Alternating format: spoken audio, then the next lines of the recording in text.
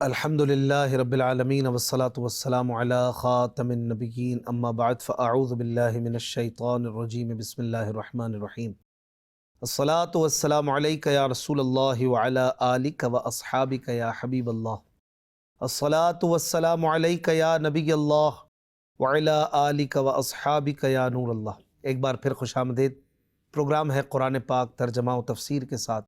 الحمدللہ صراط الجنان سے ترتیب وار درس کا سلسلہ جاری ہے، اور سورہ نساء کی آیت نمبر 37 تک پچھلے پروگرام میں ہم نے پڑھنے سننے سمجھنے کی سعادت پائی تھی۔ اللہ پاک ہمیں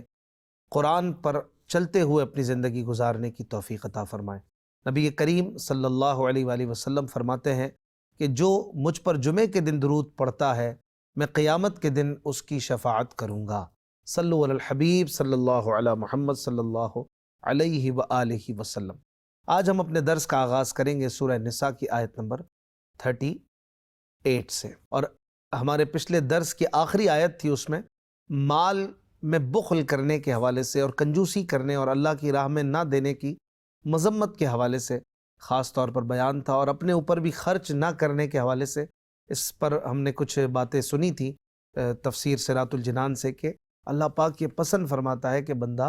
اپنے اوپر بھی اس کی نعمتوں کو خرچ کرے، جو اللہ نے اسے اپنے فضل سے دیا ہے وہ استعمال کرے جائز انداز میں۔ آگے اللہ پاک ارشاد فرماتا ہے آیت نمبر 38 میں، اعوذ باللہ من الشیطان الرجیم بسم اللہ الرحمن الرحیم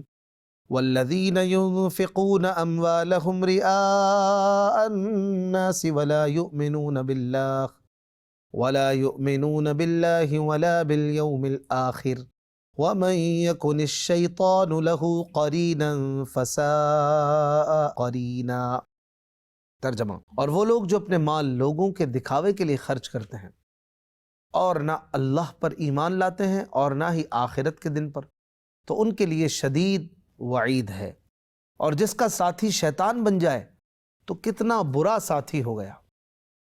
ناظرین کرام، بخل کی برائی بیان فرمانے کے بعد اب ان لوگوں کے بارے میں بتایا جا رہا ہے کہ جو محض دکھاوے اور شہرت کے لیے مال خرچ کرتے ہیں اور اللہ پاک کی رضا کا حصول ان کا مقصد نہیں ہوتا۔ یہ بھی ایسے حکم میں داخل ہے جو اوپر گزرا۔ اللہ تعالیٰ کو یہ بھی پسند نہیں کہ بندہ دکھاوے کے لیے خرچ کرے لیکن اللہ پاک کی رضا کے لیے کرے۔ تو یہاں ان لوگوں کو عبرت حاصل کرنی چاہیے جو نیک کاموں میں لاکھوں روپے خرچ کر دیتے ہیں، لیکن ان کا مقصد اللہ پاک کی رضا نہیں ہوتا بلکہ واہ واہ کروانا ہوتا ہے، اور بکثرت خیرات کرتے ہیں، لیکن یہ شرط بھی ساتھ میں رکھ دیتے ہیں کہ اخبار میں خبر لگنی چاہیے، تصویر ضرور آنی چاہیے۔ اسی طرح شادیوں کی فضول رسومات میں لاکھوں روپے اڑا دینے والے بھی عبرت حاصل کر رہے ہیں کہ جو صرف اس لیے رسمیں کرتے ہیں کہ اگر یہ رسمیں نہ کی گئیں تو لوگ کیا کہیں گے، فلاں نے تو اتنا خرچ کیا تھا اور میں کیوں پیچھے رہ جاؤں، وغیرہ وغیرہ۔ تو یہ سوچ مذموم اور بری سوچ ہے۔ حضرت محمود بن لبید رضی اللہ عنہ سے روایت ہے کہ نبی کریم صلی اللہ علیہ وآلہ وسلم نے ارشاد فرمایا، مجھے تم پر سب سے زیادہ شرک اصغر یعنی دکھاوے میں مبتلا ہونے کا خوف ہے۔ اللہ پاک قیامت کے دن کچھ لوگوں کو ان کے حساب کے وقت ارشاد فرمائے گا کہ ان لوگوں کے پاس جاؤ جن کے لیے دنیا میں تم دکھاوا کرتے تھے، اور دیکھو کہ کیا تم ان کے پاس کوئی جزا پاتے ہو۔ حضرت عبداللہ ابن عباس رضی اللہ عنہ سے روایت ہے، رسول پاک صلی اللہ علیہ وآلہ وسلم نے فرمایا کہ بے شک جہنم میں ایک وادی ہے جس سے جہنم روزانہ 400 مرتبہ پناہ مانگتی ہے۔ وادی کہتے ہیں ایک علاقے کو، ایک ایریا کو۔ اللہ تعالیٰ نے یہ وادی امت محمدیہ کے ان ریاکاروں کے لیے تیار کی ہے جو قرآن پاک کے حافظ، راہ خدا میں صدقہ کرنے والے، اللہ پاک کے گھر کے حاجی اور راہ خدا میں نکلنے والے ہوں گے، لیکن یہ سارے کام صرف ریاکاری کے لیے کر رہے ہوں گے، دکھاوے کے لیے کر رہے ہوں گے۔ اللہ اکبر۔ اللہ تعالی ہم سب کو اخلاص عطا فرمائے اور اس کی رضا کے لیے کام کرنے کی توفیق دے۔ دنیا والے تو کچھ بھی نہیں دیتے، دنیا والے نہ دے سکتے ہیں، یہ تو لے لیتے ہیں الٹا۔ تو بندہ دنیا والوں کے لیے کچھ بھی نہ کرے، نہ ان کو راضی کرنا ہے، نہ ان کو متاثر کرنے سے کوئی فائدہ ہوگا۔ راضی بندہ رب کو کرے، اللہ کی رضا کے لیے بندوں کے ساتھ بھی حسن سلوک کرے، لیکن ان کو راضی کرنے کے لیے کوئی عبادت، کوئی اچھا کام ہم نے نہیں کرنا ہے۔ راضی رب ہو تو سب راضی ہو جائیں گے، اور پوری دنیا راضی ہو اور رب ناراض ہو تو کوئی فائدہ نہیں۔ مزید فرمایا اسی آیت میں کہ وَمَن يَكُنِ الشَّيْطَانُ لَهُ قَرِينًا فَسَاءَ قَرِينًا، جس کا ساتھی شیطان بن جائے تو کتنا برا ساتھی ہے وہ۔ تو دنیا میں شیطان کا ساتھی بننا کس طرح ہوگا؟ وہ یہ کہ بندہ شیطان کو خوش کرے، شیطانی کام کرے، اور جو شیطان کو خوش کرتا ہے پھر شیطان اس کے ساتھ ساتھ رہتا ہے، یہاں تک کہ کھانے پینے میں، رات گزارنے میں اور دیگر کئی معاملات میں اس کے ساتھ شریک ہو جاتا ہے۔ اسی لیے مسلمان کو یہی حکم ہے کہ ہر جائز کام بسم اللہ پڑھ کر شروع کیا کرے تاکہ شیطان کے لیے رکاوٹ بن جائے۔ جب وہ بسم اللہ پڑھتا ہے تو شیطان شامل نہیں ہو سکتا، اور آخرت میں بھی شیطان کا ساتھی ہوگا کوئی نہ کوئی، اور بہت سارے ہوں گے۔ تو وہ کیسے ہوگا کہ ایک ہی زنجیر میں آگ کی ان کو ایک ساتھ جکڑ دیا جائے گا شیطان کے ساتھ، تو یہ شیطان کا ساتھی کہلانا ہوگا۔ اللہ ہم سب کو محفوظ رکھے۔ اور یہ وعید خاص گناہوں کے ذریعے شیطان کا ساتھی بننے والے کے بارے میں ہے، اور جس کا ساتھی شیطان ہو وہ اپنے انجام پر خود ہی غور کر لے کہ پھر کتنا برا اس کا حال ہوگا کہ شیطان اس کا ساتھی، تو پھر کتنی بری اس کی بربادی ہوگی۔ شیطان بعض اوقات مختلف انداز سے انسان کو بہکانے کی کوشش کرتا ہے اور اللہ پاک کی عبادت کرنے سے روکتا ہے۔ جیسے شیطان پہلے انسان کو اللہ تعالیٰ کی اطاعت اور عبادت سے روکتا ہے، اگر اللہ تعالیٰ انسان کو شیطان سے محفوظ کر لیتا ہے تو انسان شیطان کو یہ کہہ کر دور کر دیتا ہے کہ مجھے اللہ تعالیٰ کی اطاعت اور عبادت کی بہت سخت ضرورت ہے، کیونکہ مجھے اس دار فانی سے آخرت کے لیے ایک زاد راہ تیار کر کے جانا ضروری ہے، اور اس کے بغیر آخرت کا سفر ممکن نہیں۔ چنانچہ جب انسان شیطان کے اس وار سے بچ جاتا ہے تو شیطان اسے اب اس طرح بہکانے اور گمراہ کرنے کی کوشش کرتا ہے کہ وہ اسے عبادت میں کاہلی اور سستی کا حکم دیتا ہے، اور کہتا ہے کہ آج رہنے دو، کل کر لینا۔ اگر اللہ پاک اس سے بھی بچا لیتا ہے، انسان کو محفوظ کر لیتا ہے، تو وہ شیطان کو یہ کہہ کر ٹھکرا دیتا ہے کہ میری موت میرے قبضے میں نہیں ہے، اگر میں آج کا کام کل پر چھوڑوں گا تو کل کا کام کس دن کروں گا، کیونکہ ہر دن ایک الگ کام ہوتا ہے۔ چنانچہ جب شیطان اس ہیلے سے بھی نا امید ہو جاتا ہے تو کہتا ہے کہ اے انسان، تم اللہ پاک کی عبادت جلدی جلدی کرو تاکہ فلاں فلاں کام کے لیے فارغ ہو سکو۔ اگر اللہ تعالیٰ انسان کو اس ہیلے سے اور اس وار سے بھی بچا لے تو انسان شیطان کو یہ کہہ کر دفع کر دیتا ہے کہ تھوڑی اور کامل عبادت زیادہ مگر ناقص عبادت سے کہیں بہتر ہے، میں جلدی جلدی اللہ کی عبادت نہیں کروں گا، میں مکمل اور بہترین انداز میں اسے پورا کروں گا۔ اب اگر شیطان اس ہیلے سے بھی ناکام و نامراد ہو جاتا ہے تو وہ انسان کو الٹیمیٹلی آخری جو وار ہے، یوں کہہ لیجئے کہ ریاکاری کے ساتھ عبادت کرنے کی ترغیب دیتا ہے اور اسے ریاکاری میں مبتلا کرنے کی پوری کوشش کرتا ہے۔ اگر انسان اللہ پاک کی مدد سے اس ہیلے سے محفوظ ہو گیا تو وہ یہ کہہ کر ریاکاری کے وسوسے کو ٹھکرا دیتا ہے کہ میں کسی اور کی نمائش اور دکھاوے کے لیے عبادت کیوں کروں، کہ اللہ پاک کا دیکھ لینا میرے لیے کافی نہیں۔ جب شیطان اپنے اس ہتھ کنڈے سے بھی ناکام ہو جاتا ہے، اس کے بعد بھی ایک وار ہے، تو وہ کیا ہے؟ وہ ہے انسان کو خود پسندی میں مبتلا کرنے کی کوشش کرنا۔ اب وہ یوں کرتا ہے کہ اس کے دل میں یہ بات ڈالتا ہے، اس سے یہ کہتا ہے کہ تم نے کتنا زبردست کام کیا اور کتنی زبردست عبادت کی، یہاں تک کہ تم ریاکاری بھی نہیں کرتے ہو، اللہ کی رضا کے لیے کرتے ہو۔ واہ، تم تو بہت بڑے عابد و زاہد ہو، اور تم نے کتنی زیادہ شب بیداری کی، راتوں کو جاگ جاگ کے عبادتیں کی۔ اگر انسان اللہ پاک کے فضل و کرم سے اس بار بھی محفوظ رہا اور خود پسندی میں مبتلا ہونے سے بچ گیا تو وہ شیطان کے اس وسوسے کو یہ کہہ کر رد کر دیتا ہے کہ مجھ میں تو کوئی خوبی اور بزرگی نہیں، یہ جو کچھ بھی ہے اگر میں ریاکاری سے بھی بچ رہا ہوں تو یہ سب اللہ پاک کا احسان عظیم ہے۔ جو بھی عبادت کر رہا ہوں یہ میرے رب کی عطا اور اس کی توفیق ہے کہ میں کر رہا ہوں،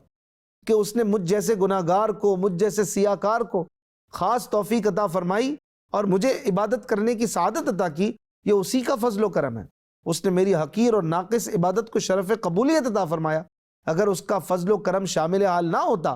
تو میرے گناہوں کے مقابلے میں میری ان عبادتوں کی کوئی حیثیت نہیں۔ چنانچہ جب ملعون شیطان ان تمام تدبیروں سے ناکام ہو جاتا ہے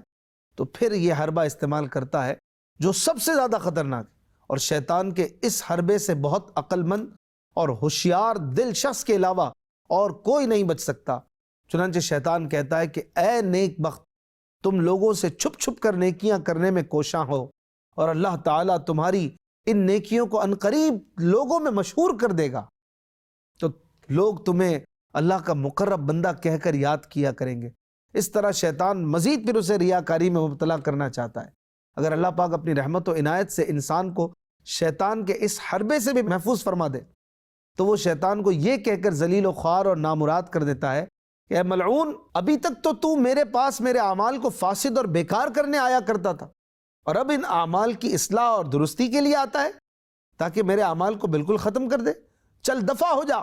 میں اللہ کا بندہ ہوں، وہی میرا آقا و مولا ہے، میں اپنی نیکیوں کی شہرت کا مشتاق اور طلبگار ہوں ہی نہیں۔ میرا پروردگار چاہے تو میرے اعمال ظاہر و مشہور کر دے، چاہے تو پوشیدہ رکھے، چاہے مجھے عزت اور مرتبہ عطا فرمائے، چاہے مجھے ذلیل و رسوا کر دے، سب کا سب اسی کے قبضہ قدرت میں ہے۔ مجھے اس کی کوئی پرواہ نہیں کہ وہ لوگوں کے سامنے میرے اعمال کا اظہار فرمائے یا نہ فرمائے۔ انسانوں کے پاس کیا ہے؟ ان کے قبضے میں کوئی چیز نہیں۔ اب اگر انسان شیطان کے اس وار سے بھی بچ جائے تو وہ انسان کے پاس آ کر کہتا ہے کہ تجھے اعمال کرنے کی کیا ضرورت ہے، کیونکہ انسان کے نیک اور بد ہونے کا فیصلہ تو روز اول میں ہو چکا ہے۔ اس دن جو برا ہو گیا وہ برا ہی رہے گا، اور جو اچھا اور نیک ہو گیا تو وہ نیک ہی رہے گا۔ اس لیے اگر تجھے نیک بخت پیدا کیا گیا ہے تو اعمال کو چھوڑنا تمہارے لیے نقصان دہ نہیں، اور اگر تجھے بدبخت اور شقی پیدا کیا گیا ہے تو تیرا عمل تجھے کوئی فائدہ نہیں پہنچا سکتا۔ اگر اللہ تعالیٰ نے اپنے فضل و کرم سے انسان کو شیطان کے اس وار سے بھی بچا لیا تو انسان شیطان مردود سے یوں کلام کرتا ہے، یوں مخاطب ہوتا ہے کہ میں تو اللہ پاک کا بندہ ہوں، اور بندے کا کام کیا ہے کہ وہ اپنے مولا اور آقا کے احکام بجا لائے، اس کی فرما برداری کرے، اور اللہ تعالیٰ سارے جہاں کا پروردگار ہے، جو چاہتا ہے حکم کرتا ہے، جو چاہتا ہے کرتا ہے۔ یقیناً اعمال میرے لیے فائدہ مند ہیں،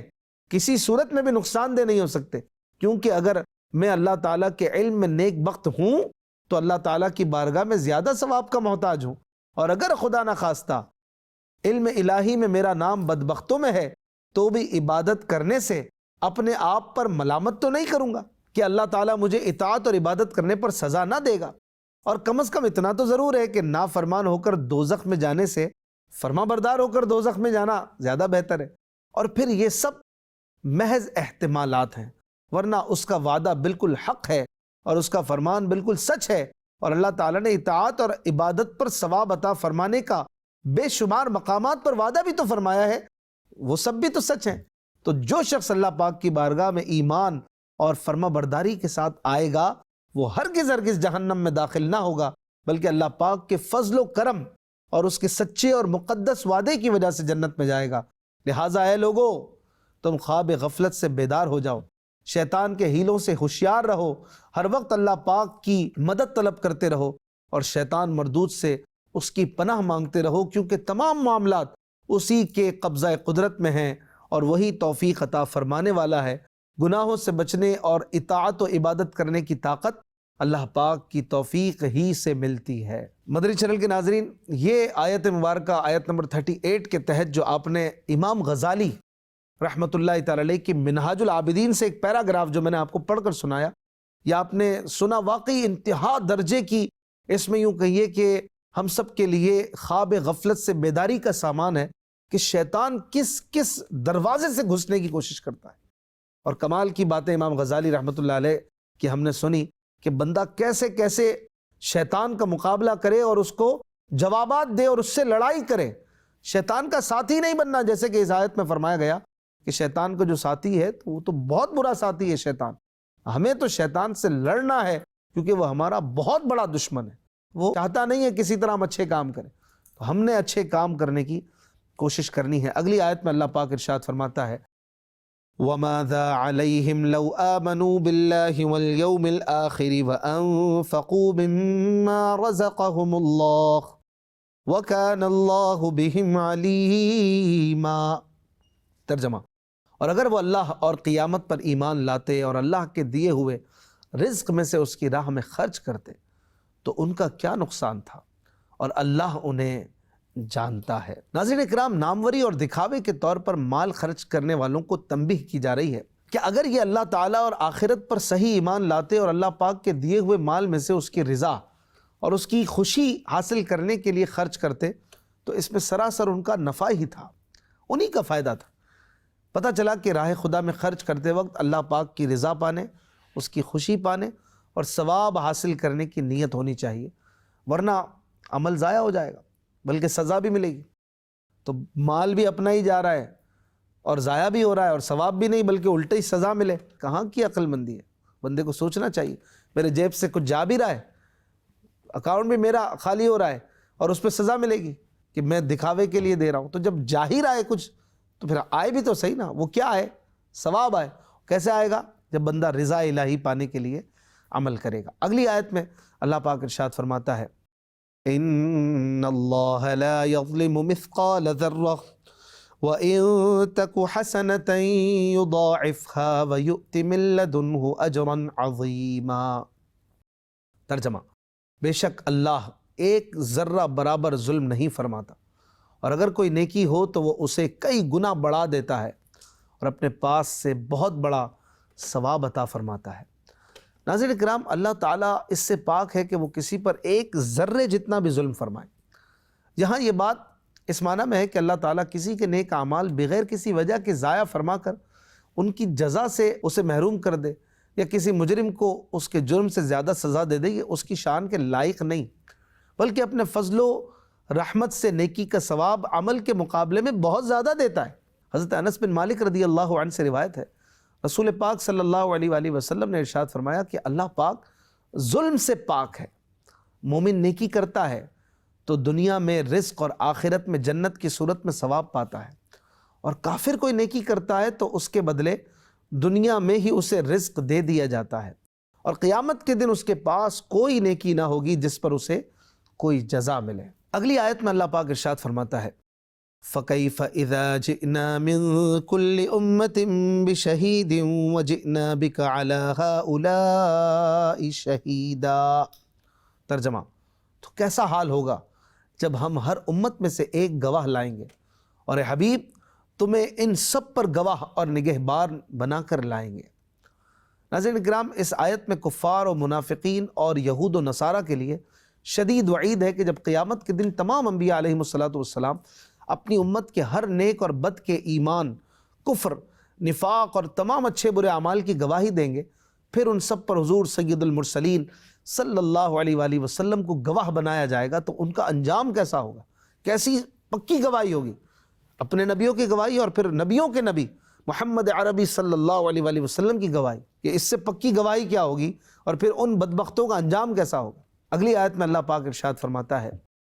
یومئذ یود الذین کفروا وعصوا الرسول لو تسوی بهم الارض ولا یکتمون اللہ حدیثا۔ ترجمہ،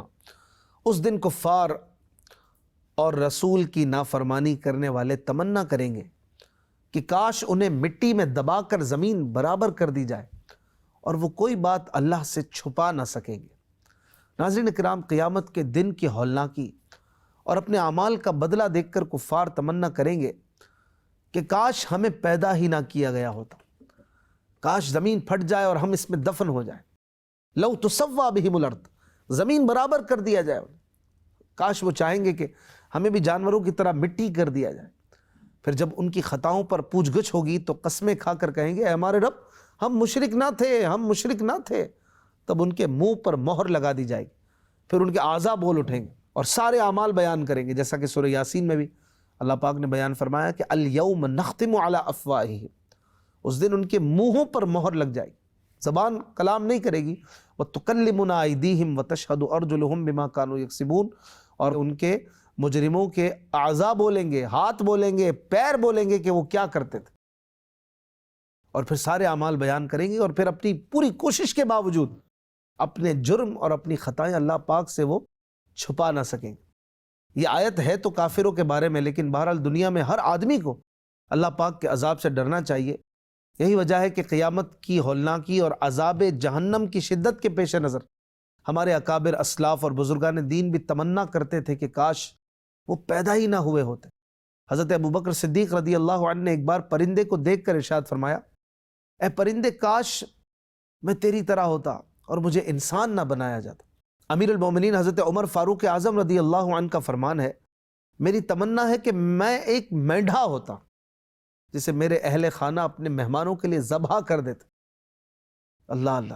یعنی میں انسان بن کر پھنس گیا ہوں، جیسے کہ اعمال کا سوال، ان کو ڈراتا تھا، حالانکہ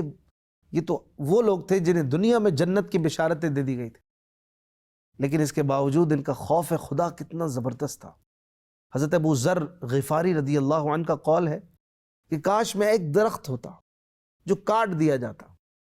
حضرت عثمان غنی فرمایا کرتے تھے کہ میں اس بات کو پسند کرتا ہوں کہ مجھے وفات کے بعد نہ اٹھایا جائے، یعنی وہ محشر کی پرسش اور سوال جواب سے ڈرتے تھے اور یہ ڈر کا اظہار تھا۔ حضرت طلحہ اور حضرت زبیر رضی اللہ عنہما فرمایا کرتے کاش ہم پیدا ہی نہ ہوئے ہوتے۔ حضرت عائشہ صدیقہ رضی اللہ عنہا فرمایا کرتی کاش میں کوئی بھولی بسری چیز ہوتی۔ حضرت عبداللہ ابن مسعود رضی اللہ عنہ فرمایا کرتے کاش میں راکھ ہوتا۔ یہ کلمات ان ہستیوں کے ہیں ناظرین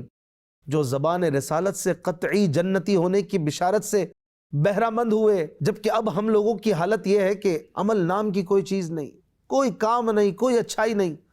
اور ہمارے دل میں بے حساب مغفرت کا یقین سجا ہوا ہے۔ نہ جانے ایک عجیب سی بیکار سی امید جس کی اجازت نہیں ہے، ایسی امید ہم نے اپنے دلوں میں ایسی سجا لی ہے کہ جس کی وجہ سے ہم خوف سے بالکل دور ہو گئے، بالکل کسی قسم کے خوف اور خائف ہونا یہ ہماری ڈکشنری میں نہیں رہا۔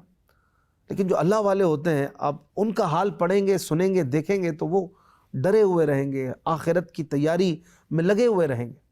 امیر اہل سنت مولانا الیاس قادری صاحب کو آپ دیکھیں، آپ کی زندگی میں کس قدر خوف خدا، آخرت کی تیاری اور کثرت سے گریہ و زاری اور موت کو پیش نظر رکھنے کا معاملہ نظر آتا ہے۔ اور آپ کلام بھی لکھتے ہیں نا، آہ سلب ایماں کا خوف کھائے جاتا ہے، کاش کہ میری ماں نے ہی نہیں جنا ہوتا۔ تو یہ ان اللہ والوں کا حال ہے، اور ہمارا کیا حال ہے؟ ہم عجیب و غریب امیدوں اور تمناؤں کی شکار ہو چلے ہیں اور عمل نام کی کوئی چیز نہیں۔ اللہ ہمیں فکر آخرت عطا فرمائے۔ اگر اس کو ون لائنر کے طور پر میں بیان کروں تو یوں کہہ سکتے ہیں کہ کفار اور مجرمین کے لیے یہ بیان ہوا قرآن میں کہ وہ محشر میں کہیں گے کہ کاش ہم مٹی ہوتے یا مٹی کر دیے جائیں، جیسے کہ اس آیت میں فرمایا گیا، وہ کہیں گے لو تسوا بہم الارض، انہیں زمین برابر کر دیا جائے۔ سورہ نبا کی آخری آیت میں اللہ پاک نے فرمایا کہ یوم ینظر المرء ما قدمت یدہ، جب اس دن کافر دیکھے گا کہ اس نے کیا کیا ہے، اس کے کام دیکھے گا، وَيَقُولُ الْكَافِرُ، تو وہ کہے گا یا لیتنی کنت ترابا، کاش میں مٹی ہوتا، میں انسان نہ بنتا کہ پھنس گیا اور اب دوزخ میں جا رہا ہوں۔ تو کفار اور مجرمین تب کہیں گے، اور اللہ والوں کی شان یہ ہے کہ وہ دنیا میں کہتے ہیں کہ کاش ہم مٹی ہوتے، کاش ہم انسان نہ ہوتے۔ گویا دنیا میں یہ فکر اور یہ سوچ انشاءاللہ انہیں آخرت میں یہ کہنے سے بچا لیں۔ جب دنیا میں یہ ڈر لگا رہے گا اور دنیا کو ایک مکمل ڈیسٹینیشن نہیں سمجھیں گے، آخرت کی تیاری کا ایک پلیس سمجھیں گے، ایک مسافر خانہ سمجھیں گے، ایک قید خانہ سمجھ کر اپنی زندگی کو آخرت کی تیاری کے ساتھ گزاریں گے، اور یہ سوچیں گے بھی یہ خیال جو اللہ والوں کو ملا اور ان بڑی بڑی ہستیوں نے یہ کہا کہ کاش ہم انسان نہ ہوتے، اللہ تعالیٰ کی پکڑ میں آ گئے تو کہاں جائیں گے، یہ ڈر کر انہوں نے کہا۔ تو انشاءاللہ ان ہستیوں کے بارے میں ہمارا یہ یقین ہے کہ یہ قیامت کے دن ایسا نہیں کہیں گے۔ جو صحابہ اکرام علیہم رضوان ہیں یقیناً یہ قطعی جنتی ہیں، قیامت کے دن انہیں یہ نہیں کہنا ہوگا جو کفار و مشرکین کہہ رہے ہوں گے کہ کاش ہم مٹی ہوتے۔ تو گویا دنیا میں کہنے والا آخرت میں نہیں کہے گا، جو آخرت میں کہے گا وہ دنیا میں عیش و آرام میں لگا ہوا ہے۔ اللہ ہمیں محفوظ رکھے اور حقیقی معنوں میں ایمان پر خاتمے کی فکر ہمیں مل جائے، قبر و حشر کے پرہول لمحات کی تیاری کی سوچ ہمیں مل جائے، اور عذاب جہنم سے ڈر اور جبار و قہار رب عز و جل کا خوف ہمیں نصیب ہو جائے۔ اے کاش! اللہ پاک سے دعا ہے قرآن سمجھنے، اس پر عمل کرنے کی توفیق عطا فرمائے۔ زندگی رہی تو انشاءاللہ ملاقات ہوگی اگلے پروگرام میں۔ اپنا خیال رکھیے گا۔ صلو علی الحبیب صلی اللہ علی محمد صلی اللہ علیہ وآلہ وسلم۔